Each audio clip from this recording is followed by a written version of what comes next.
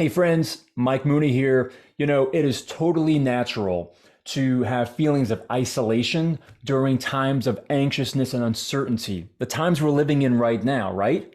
So, in this video coming up, I'm going to share with you three phrases that I use every day. Yes, these are phrases that I use that have shifted my perspective, my thinking, my mindset as it relates to getting out of the isolation funk and connecting with people to stay connected during times of uncertainty. Look, I live this every day. I'm sure you've experienced some of it yourself. It's natural to do. If you like this content, please hit subscribe, share it, share it, share it so we can get the word out to others, my friends, okay? So thank you so much for showing up. Thank you for giving this a listen. Keep digging and enjoy.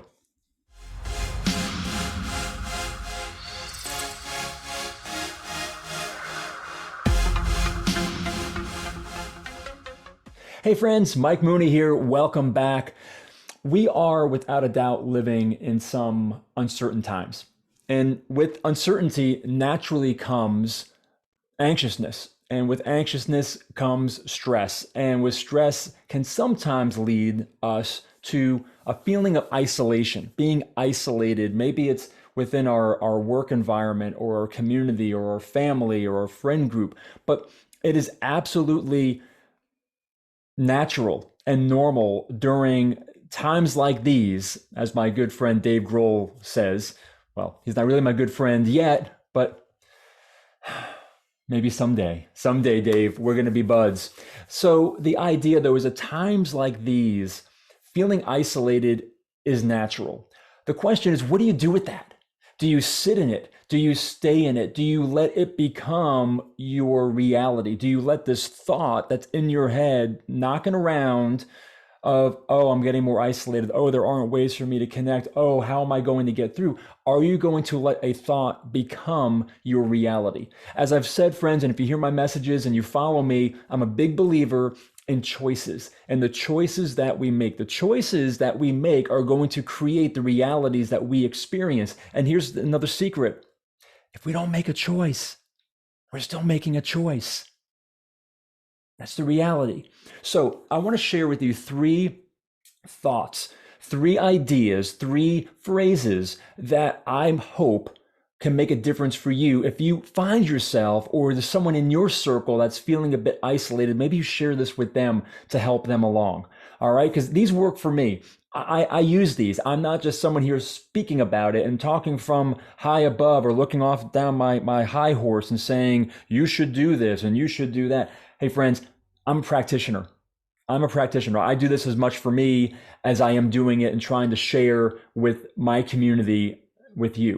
So here's the first one here. And this is a good shift for your thinking and how you go about it, your perspective, okay? When it comes to getting out of that isolation funk, all right? Here it is.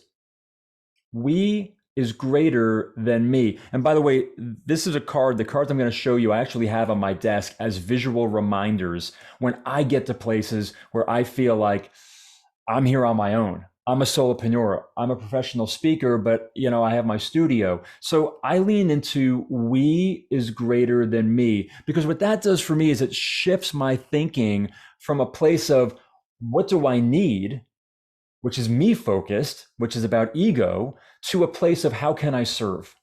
What can I do in a community of people? How can I connect others that might want to be connected to each other? How can I be that bridge, be that conduit that's actually creating the we that gets me out of the thinking of me, okay? So if you start with that mindset of, okay, how can I build we?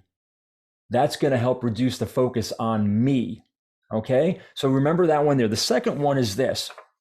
The other four words that I lean into every single day. Again, card on my desk, not lying, true story.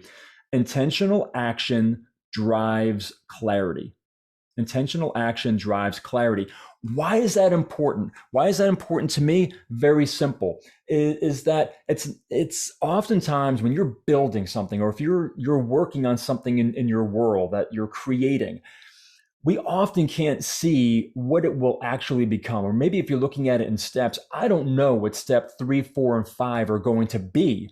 And oftentimes, because we can't see something clearly, we sit back or we agree in our own mind that it's going to be too hard. It's going to be something where we may fail. People are going to ridicule or judge us, right? Because we can't really see what the finished product is going to be. And we've heard, from a lot of wise people that say, just take that first step, right? The journey of 1,000 miles begins with the first step. So what those 4 words do for me, intentional action drives clarity, is that reminder that if I work intentionally and I do something intentionally in this moment, this one step, and maybe it's just creating content, maybe it's just doing this video, maybe it's making a phone call, what I have found in my experience to be true, absolutely true, is that steps 3 and 4 and 5 become a little more clear. People start showing up in my life that are going to help me shape steps 3, 4, and 5. Suddenly resources become apparent to me that I didn't see before. I would never have seen if I hadn't taken that intentional first and second step and believed in the process and trusted in the fact that the universe is conspiring for me and my greatest good, as it's doing for you as well with your intentional action. Okay, so that's the second one. The third one here that I put up and I lean into, and this was from a good friend of mine, Bob Bodine, who shared this with me when I was at a really difficult point a little while back. Okay. And he said, Mike, we often doubt ourselves, or more often than not, we start to believe an experience to fit a narrative that's already in our head. Have you ever done that where you want to make a phone call to somebody, but you're like, oh, it's been too long. They're just going to think I want something, or hey, you know what? I'm not even going to try this because it's just going to fail, right? He said, Mike, there are 3 words that you have to lean into. And again, another card on my desk is simply this: it's not true. It's not true.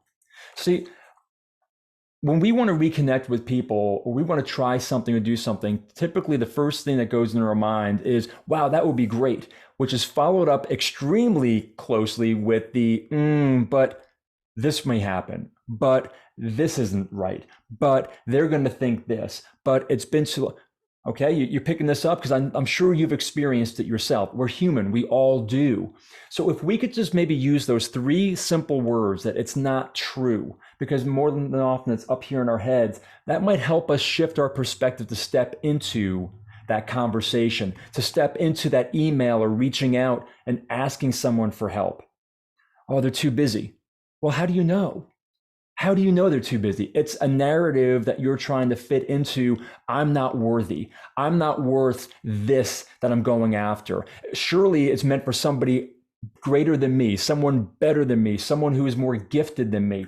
It's crap, friends. It's absolute crap. So remember, it's not true. I'm going to go through it again. The 3 ways that you can shift your thinking, your mindset, your perspective, your approach in times of anxiousness, when you start to feel isolated. Okay, it starts with we is greater than me. We're building community, pull people in and serve people.